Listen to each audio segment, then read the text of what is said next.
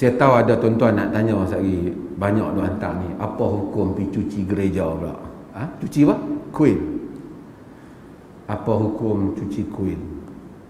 Saya nak jawab soalan ni pasal saya tak mau nak jawab soalan ni, nak tengok biar pilah orang lain jawab dulu macam mana. Tapi saya nak jawab, saya harap mereka yang mendengar jawapan ni dengar daripada awal sampai habis. Jangan dengar sekerat. Dengar daripada awal sampai habis. Pertama, kita tidak pernah ada sebarang pertikaian ataupun syak ataupun khilaf bahawasanya Islam menyuruh kita bermuamalah, berurusan dengan semua orang dengan cara yang baik. Itu dulu. Kita tak ada masalah. Yang ni kita tak ada kok kita nak kata Islam suruh kita pergi duduk lanyak orang bukan Islam. Kita tak pernah kata. Islam suruh kita buat baik pada semua. Wa qulu lin-nasi husna, cakap kepada manusia dengan cara yang baik semua. Yang ni tak berubah. Standard ni dulu untuk kita tahu. La yanhaakumullah 'anil ladzina lam yuqatilukum fid din wa lam yukhrijukum min diyarikum an tabarruhum wa tuqsitu ilaihim innallaha yuhibbul muqsitin. Allah Ta'ala tak larang kamu untuk kamu melakukan keadilan dan berbuat baik kepada orang yang tidak memerangi kamu pada agama kamu, mengeluarkan kamu daripada kampung halaman kamu. Allah suka kepada orang-orang yang adil. No doubt, tidak ada pertikaian. Tu buat baik kepada non-Muslim. Buat baik maksudnya akan tolong dia jatuh ke, dia accident ke, dia sakit ke, kita doktor, kita tolong dia. Ini tidak ada isu. Ini memang kita akui agama menyuruh hal ini. Kedua ialah kita orang Islam mengiktiraf kewujudan agama lain. Iktiraf kewujudan. Agama lain tu wujud, kita iktiraf. Dan mengiktiraf hak dia untuk wujud di dalam dunia ini yang dibenarkan oleh Tuhan. Hak dia untuk wujud. Untuk dia wujud. Bukan iktiraf kebenaran, kita mengiktiraf kewujudan. Dia wujud.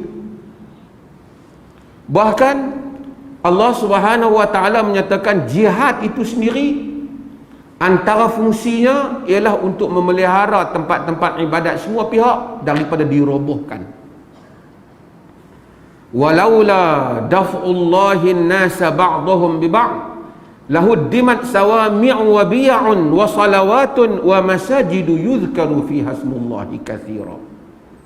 Jika tidak Allah menjadikan manusia itu tolak menolak, berperang antara satu sama lain, nescaya dimusnahkan tempat-tempat ibadat orang beribadat, gereja dan rumah-rumah ibadat Yahudi dan masjid yang disebut padanya nama Allah banyak-banyak. Kita juga tidak ada hal di dalam menyelamatkan suatu tempat itu, kerajaan menyelamatkan semua tempat daripada dimusnahkan, termasuk juga rumah ibadat orang bukan Muslim daripada diserang oleh musuh. Tak kata kalau musuh serang negara orang Islam, hampa pergi serang gereja kuil, hampa pergi serang, jangan serang masjid sudah, lepas tu hampa balik. Tak. Kerajaan protect semua. Itu pun tidak ada isu. Cumanya apabila kita mengiktiraf hak dia untuk wujud, mengiktiraf dia untuk sebagai sebuah agama, itu tidak bererti kita mengiktiraf dia di sudut kebenaran. Kita tak kata dia benar. Kita hanya kata dia wujud. Dia boleh wujud. Kita tidak disuruh mengiktiraf kebenaran. Bahkan kita menyatakan inna ad-dina 'indallahil Islam. Agama di sisi Allah adalah Islam. Wa man yabtaghi ghairal islami dinan falan yuqbala min wa huwa fil akhirati minal khasirin. Sesiapa yang mencari selain daripada Islam sebagai agama, tidak diterima daripadanya, dia di akhirat kelak termasuk di kalangan orang-orang yang rugi. Itu keyakinan kita. Itu keyakinan kita. Dan dia tak boleh paksa supaya kita mempercayai dia juga benar. Dia tak boleh paksa. Itu akidah kita. Dan kita tak pernah pun memaksa dia untuk dia mempercayai kita agama yang benar. Kita tak pernah paksa dia. Cuma kita kata, kami iktiraf awak wujud dan awak berhak untuk wujud. Tapi awak nak suruh iktiraflah kami pun betul, kita mana-mana pun sama, yang penting nak cari Tuhan juga. Tak boleh. Itu kufur. Itu bukan soal iktiraf, itu soal kekufuran, soal akidah. Maka yang menjadi masalah ialah apabila mereka keadaan termasuk media massa dan pengaruh-pengaruh pihak tertentu, dia cuba menjadikan tanda kita ini hidup bersama, kita mesti iktiraf dia juga macam kita mengiktiraf agama kita. Itu tak mungkin. Kita mengiktiraf kewujudan dia, perayaan agama dia. Pasal apa nak suruh kita campur sekali? Itu agama. Perayaan agama kita, kita tak suruh dia pun campur. Kena awak kena iktiraf raya puasa kami, raya haji kami, mai sembelih lembu sekali yang kami. Kita tak suruh dia. Awak agama awak, kami agama kami. Itu bukan pengukur tanda keharmonian hidup. Keharmonian hidup bukan maksud awak kena jadi mengamalkan sebahagian daripada agama kami amal sebahagian daripada agama awak. Kena perayaan ialah amalan agama. Kami tak amal perayaan awak. Awak nak pergi gereja, awak nak apa, awak nak kata Jesus son of God, son of Lord, itu awak kata. Kami takkan kata. Itu syirik. Tapi tuan-tuan, apa yang sedang dilakukan oleh setengah keadaan, dia jadikan kalau kita tak boleh pi buat raya macam mereka, yang ni, dia ni sempit teroris. Kita bagi tahu keharmonian Islam 1400 tahun lamanya.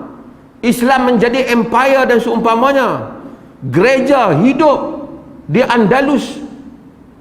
Yahudi hidup di bawah kerajaan di Baghdad. Agama-agama lain hidup.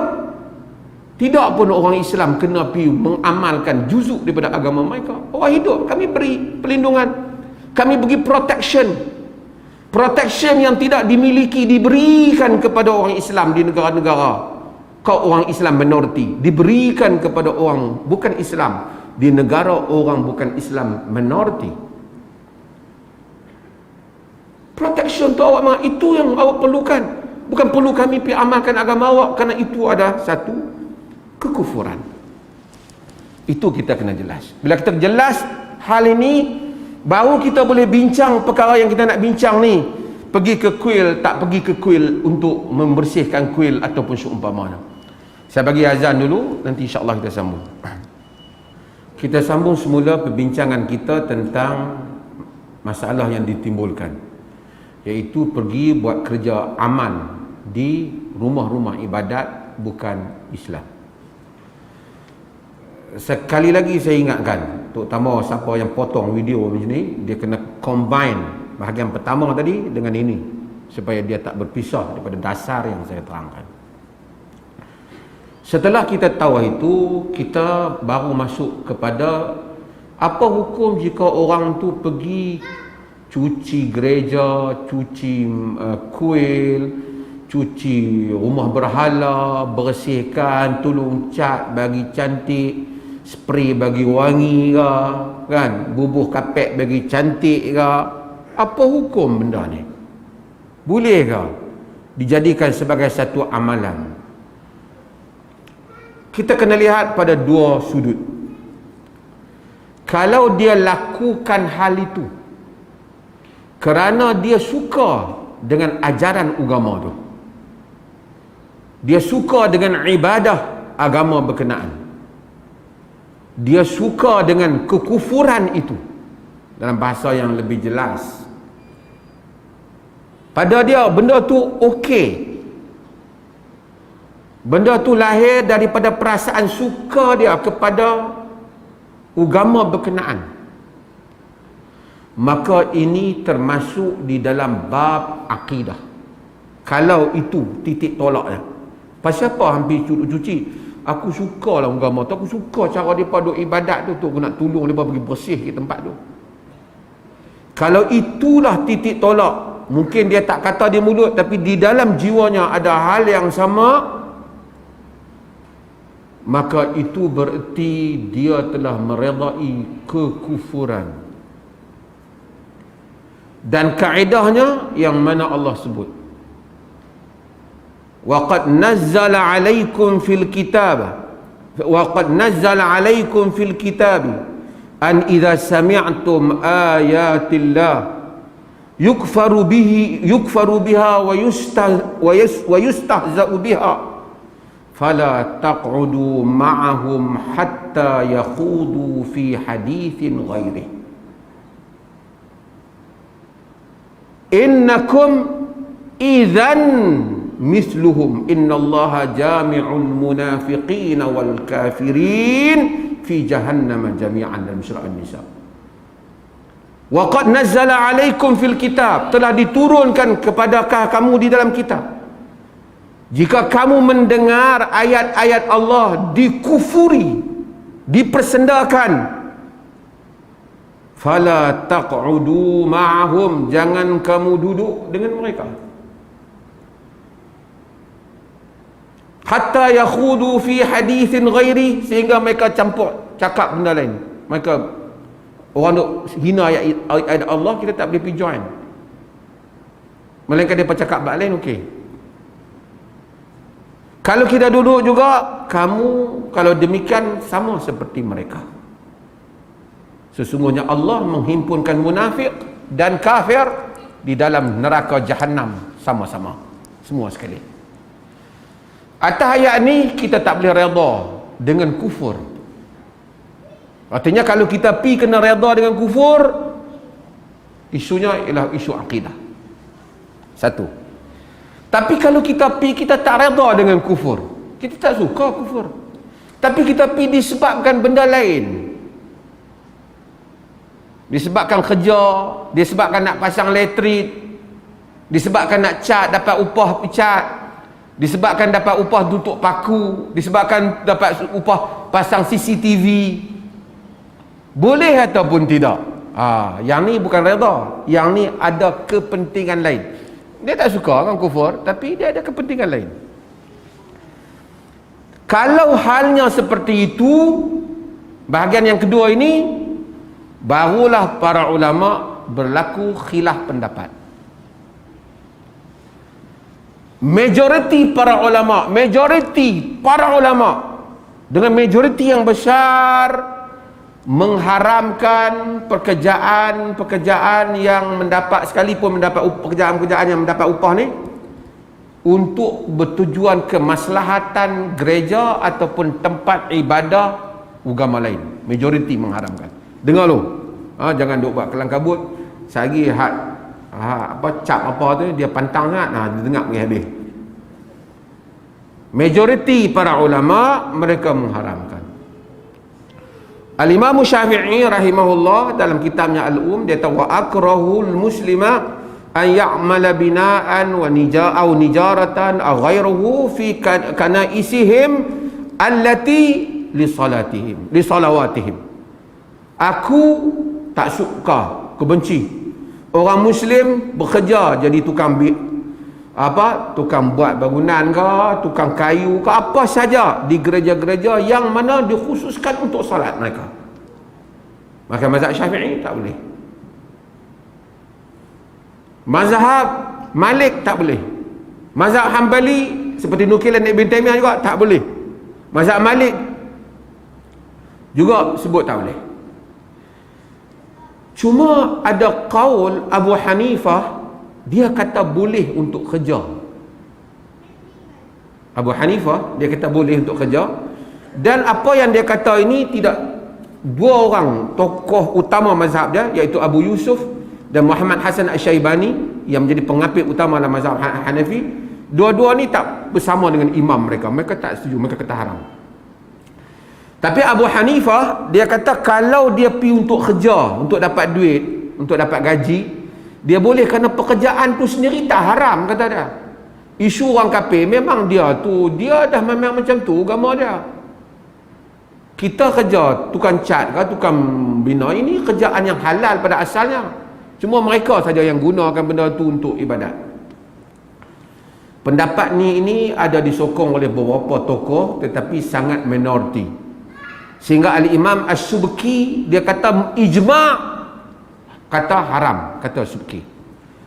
Okey, kita ambil lah bab ini. Kalau kita pergi kerja pasang elektrik, tolong pasang CCTV, tolong buat tangga tempat ibadat, tolong pergi hantar bata, majoriti kata haram, segelintir menyatakan harus. Cuma kita nak tanya, adakah sama antara bekerja dengan pergi sukarela cuci? Sama ke tak? Sama tak? Tuan-tuan, pasal ada orang-orang yang dah ulas sama ke tak? Non-Muslim yang dengar, please be patient, sabar, saya akan pergi ke kesimpulan. Sama tak tak? Sama tak? Tak sama. Jangan kias macam ni. Sebab apa? Kerja dia, tujuan dia dapat duit. Sukarela maksudnya dia pergi kerana suka. Anda faham? Kerja tujuan dia dapat duit, sukarela dia pergi kerana suka. So orang yang pergi kerana suka ni, ini di sisi jumhur, bahkan hatta Dr. Yusuf Al-Qaradawi yang dilihat mengulas tentang masalah gereja di Qatar, dia pun teragak-agak pada ujung tu, dia kata nak tengok macam mana ulul amri. Melainkan kita pergi bukan kerana kita suka, tetapi kerana ada urusan lain. Contoh, kita bersihkan gereja sebab kita nak semayang di tempat tu sendiri, macam yang dilakukan oleh sebahagian orang Islam yang duduk di UK. Mereka sewa gereja untuk semayang Jumaat. Tak ada isu lah, ada gharat yang lain, ada tujuan yang lain. Ataupun kita bersihkan kuil disebabkan kita nak bagi orang bukan Islam ke, yang mana mereka tak ada pelindungan masa banjir, mereka nak duduk di situ, tempat pelindungan, it's okay.